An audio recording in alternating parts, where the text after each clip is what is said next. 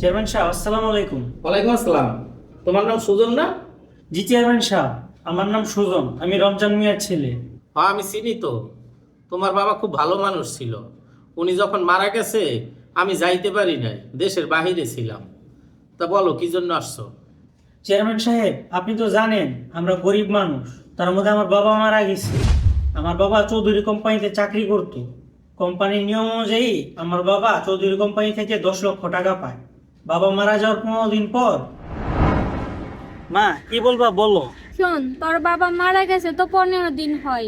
তোর বাবা মারা যাওয়ার আগে বলছিল যে কোম্পানিতে চাকরি করে তার কিছু হয়ে গেলে ওই কোম্পানি থেকে 10 লাখ টাকা দিব। তুই একটু যায় দেখ না টাকাটা কেমনে কি দিব নাকি। আচ্ছা ঠিক আছে মা, তাহলে আমি এখনই যাই। আচ্ছা যা বাবা।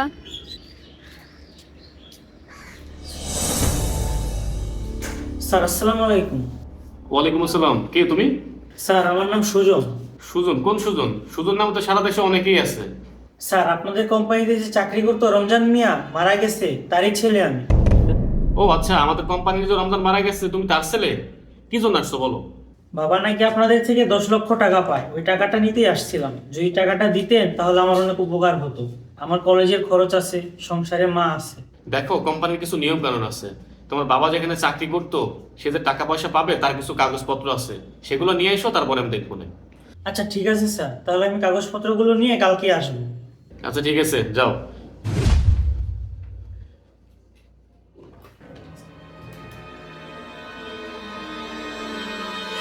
রকি। জি স্যার। একটু আমার কেবিনে আসো তো। ঠিক আছে স্যার। জি স্যার, বলেন। রকি, আমাদের কোম্পানিতে রমজান নামে একটা লোক কাজ করতে গিয়ে মারা গেল না? ও তো কোম্পানির রুলস অনুযায়ী 10 লক্ষ টাকা পায়। ওর ছেলে আসছিল টাকার জন্য। তুই বলতো টাকাটা না দিয়ে পারা যায় কিভাবে? ও স্যার, এই কথা। ও যেদিন মারা গেছে ওই দিন ওর ওয়াইফের থেকে সব কাগজপত্র আমি নিয়ে আসছি। ওর কাছে আর কোনো ডকুমেন্টস নাই, সব কাগজপত্র এখন আমার কাছে। বাহ, তুই তো সব আগেই গুছিয়ে রাখছিস। শোন, তুই যে কাগজপত্রগুলো আনছিস সেটা যেন কেউ বুঝতে না পারে, আর তুই কাউরে বলিস না। আচ্ছা ঠিক আছে স্যার, কিন্তু আমার একটা শর্ত আছে। তোর আবার কি শর্ত? আচ্ছা বল। আপনার তো 10 লাখ টাকা বাইচাই গেল, কিন্তু আমারে কি দিবেন? ও, তোরা আবার দেওয়া লাগবে? আচ্ছা ঠিক আছে, তোর 10,000 টাকা দিব। স্যার মাত্র 10,000 টাকা? আপনি 10 লাখ টাকা লাভ হইব আর আমার 10,000 টাকা দিবেন? আচ্ছা যা, 50,000 দিব না। না স্যার, 50,000 না। আপনার লাভ হবে 9 লাখ টাকা, আমাকে দিবেন 1 লাখ টাকা, বাকিটা আমি বুঝুন। আচ্ছা ঠিক আছে, আমি তোর শর্তে রাজি। তুই কিন্তু সব প্যাকেল দিবি। ঠিক আছে স্যার, আসসালামু আলাইকুম। হ্যাঁ হ্যাঁ, তুমি কই? আমি তো রান্না করতেছি। ও বাবা, তুই আইছস? তোর বাবা যে অফিসে চাকরি করতো অফিসে তুই গেছিলি? হমা, অফিসে গেছিলাম। তোর মালিক কি বললো? মালিক বলছে বাবা যে ওই কোম্পানিতে চাকরি করতো আর টাকা পয়সা জমাইছে, ওই কাগজপত্র না দিলে নাকি আমরা টাকা পয়সা পাবো না। তোর বাবা যেদিন মরে গেছে এই দিন অফিস থেকে একটা ছেলে আসা তোর বাবার কাগজপত্রগুলো নিয়ে গেছে। বলছে টাকা পাইতে ওই কাগজপত্রগুলো তাগো লাগবো। তাহলে তো আর কোনো সমস্যা নাই, আমি কালকে যেয়ে মালিকের এই কথা বলুন। আচ্ছা বাবা, তুই ঘরে যা জিরাগা, আমি রান্না শেষ কইরাই তোরে খাইবার দিতাছি। আচ্ছা ঠিক আছে মা।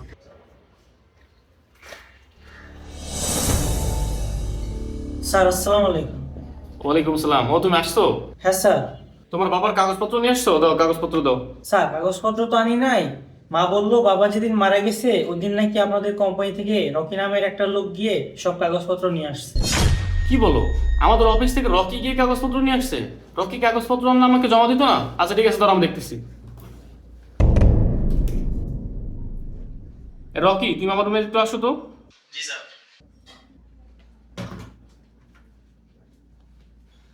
স্যার ডাকছেন আমাকে? হ্যাঁ ডাকছিলাম। রকি, ও কি বলতেছে? তুই নাকি ওর বাবার কাগজপত্র নিয়ে আসছিস? স্যার কি বলেন, আমি ওর বাবার কাগজপত্র আনতে যাবো? আমাদের কোম্পানির লোক মারা গেছে, আমি জাস্ট ওদের খোঁজ খবর নিতে গেছিলাম। কি বলেন ভাই? মাঝে বললো আপনি নাকি মার থেকে সব কাগজপত্র নিয়ে আসছেন। ওরা স্বামী মারা গেছে তো, স্বামীর চোখে পাগল হয়ে গেছে, এই জন্য উল্টা পাল্টা কথা বলতেছে। খুঁজে দেখো কাগজপত্র কই হারাইছে। আচ্ছা ঠিক আছে, তুই এখন যা।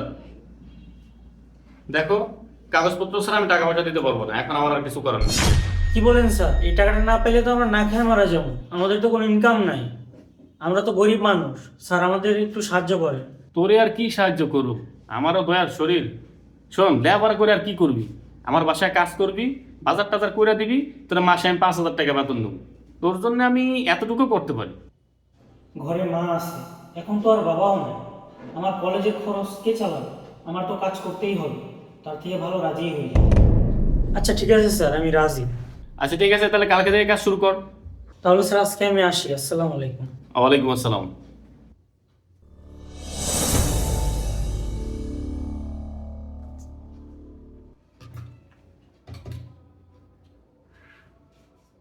হ্যালো রকি, জি স্যার।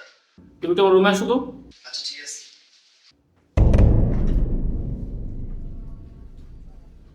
জি স্যার বলেন। আমাদের বাসায় যে নতুন কাজের লোকটা রাখলাম না, রমজানের ছেলে, ওর কি 1 মাস হয়েছে? হ্যাঁ স্যার, ওর তো 1 মাস হয়েছে। আচ্ছা দাঁড়াও।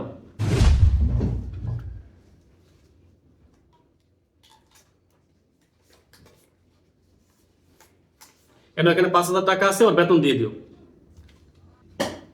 আচ্ছা ঠিক আছে স্যার। ঠিক আছে।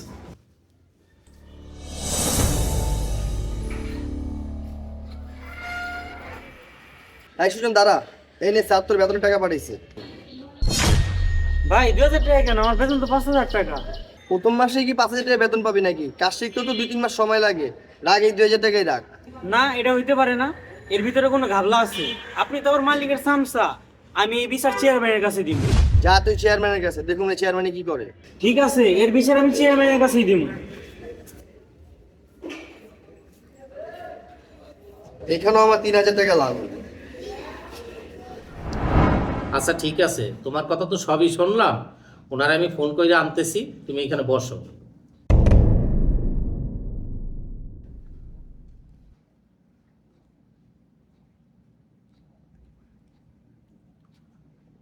আসসালামু আলাইকুম চেয়ারম্যান সাহেব। ওয়ালাইকুম আসসালাম। সোহাগ সাহেব, আপনার কাছে ফোন দিয়েছিলাম, আপনার একটু কষ্ট দিব। কি ব্যাপারে বলেন? ওই যে আপনাদের কোম্পানিতে চাকরি করতো রমজান মিয়া, মারা গেছে। ওনার ছেলে সুজন, ও মনে হয় এখন আপনার বাসায় কাজ করে। ও একটা অভিযোগ নিয়ে চেয়ারম্যান অফিসে আসছে। একটু যদি আপনি আমার অফিসে আসতেন তাহলে ভালো হইতো। দেখা যায় বিষয়টা নিয়ে হয়তো কোর্ট পর্যন্ত গড়াইতে পারে। আচ্ছা ঠিক আছে চেয়ারম্যান সাহেব, আমি আসতেছি। একটু এখনই আসেন। আর আপনার অফিসে ওই যে চাকরিকর রকি আছে না, একটু ওরেও সাথে করে নিয়ে আসেন। আচ্ছা ঠিক আছে।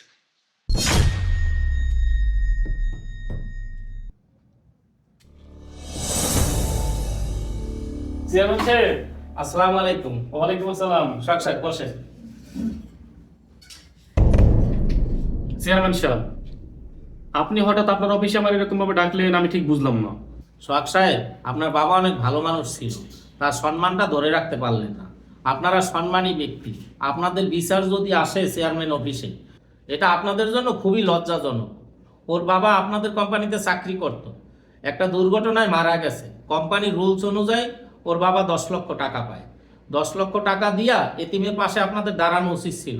তা না দাঁড়াইয়া উল্টোভাবে ওদের 10 লক্ষ টাকা মাইরা খাইলেন। এটা কি আপনারা ভালো কাজ করছেন? আমি টাকা দেবো কিসের উপরে ভিত্তি করে? ওর বাবা যে আমার ওখানে চাকরি করতো, ওরা তো ওর বাবার কোনো কাগজপত্র আমার কাছে জমা দিতে পারে নাই। তারপরও আমি ওরা দয়া করে আমার বাসায় একটা চাকরি দিছি 5,000 টাকা বেতনে। হ্যাঁ ঠিকই বলছেন, টাকা দিবেন কিভাবে? ওরা ডকুমেন্টস হারাই ফেলাইলো, আপনার কাছে ডকুমেন্টস আছে না? আপনি যদি ব্যাংকে টাকা জমা দেন, সেই ডকুমেন্টস যদি হারাইয়ে ফেলেন, ব্যাংক কি আপনাকে টাকা দিবে না? ওরে 5,000 টাকা বেতনে আপনার বাসায় চাকরি দিছেন, 1 মাস কাজ করাইয়া ওরে 2,000 টাকা দিছেন কেন? আপনি কি কাজটা ভালো করছেন? কি কইতেছেন? 2,000 টাকা দিছো মানে? আমি রগের হাতে ওরে 5,000 টাকা বেতন দেবো। ও তো আর এক সিটার। ও আমার কাছে বিচার নিয়ে আসছে। আমার যদি বিচার আপনি মানেন ভালো, না মানলে এ নিয়ে কোর্ট কাছারি হবে। আইনের মার প্যাসে কয়েক গুণ টাকা গুনতে হবে, সেখানে আমি নিজে সাক্ষী দেব। আচ্ছা ঠিক আছে, আপনি কি বিচার করবেন আমি শুনি। যদি মানা হয় তাহলে আমি মানবো। এই ছেলে অল্প বয়স, আপনার বাসায় আর কাজ করবে না। ওর লেখাপড়া সহ 10 বছরের ওদের সংসারের খরচ বহন করবেন, না হয় ওর বাবার পাওনা 10 লক্ষ টাকা ফেরত দিয়ে দেবেন। কি করতেছেন চেয়ারম্যান সাহেব? আমি যদি ওদের সংসারে খরচ 10 বছর টানি, তাহলে তো এর থেকে ওর কয়েক গুণ খরচ আমার বেশি হবে। তার থেকে ওরা আমি 10 লক্ষ টাকা দিয়ে দেবো। কালকে আমি আপনার 10 লক্ষ টাকা একটা চেক পাঠিয়ে দেবো। আচ্ছা ঠিক আছে, কালকে পাঠাই দিয়ে। আচ্ছা ঠিক আছে। তো 3,000 টাকা চুরির জন্য আজকে আমার 10 লক্ষ টাকা জরিমানা দেওয়া লাগবে। চেয়ারম্যান সাহেব, আপনি আমার ক্ষমা করে দিন। আপনার মূল্যবান সময় নষ্ট করছি, আপনার কষ্ট দিয়েছি। ক্ষমা তো আমার চাওয়া উচিত। আমি চেয়ারম্যান থাকা অবস্থায় আমার এলাকায় তোমরা এত কষ্টে আছো, আমি তো খবরই রাখি নাই। ভবিষ্যতে আমার আরও সচেতন হইতে হবে। আমি চেয়ারম্যান থাকা অবস্থায় আমার এলাকায় যেন কেউ কোনো কষ্ট না পায়। চেয়ারম্যান সাহেব, আপনার জন্য আমি মন থেকে দোয়া করি, আর প্রত্যেকটা ইউনিয়নে যেন আপনার মতো একজন চেয়ারম্যান হয়।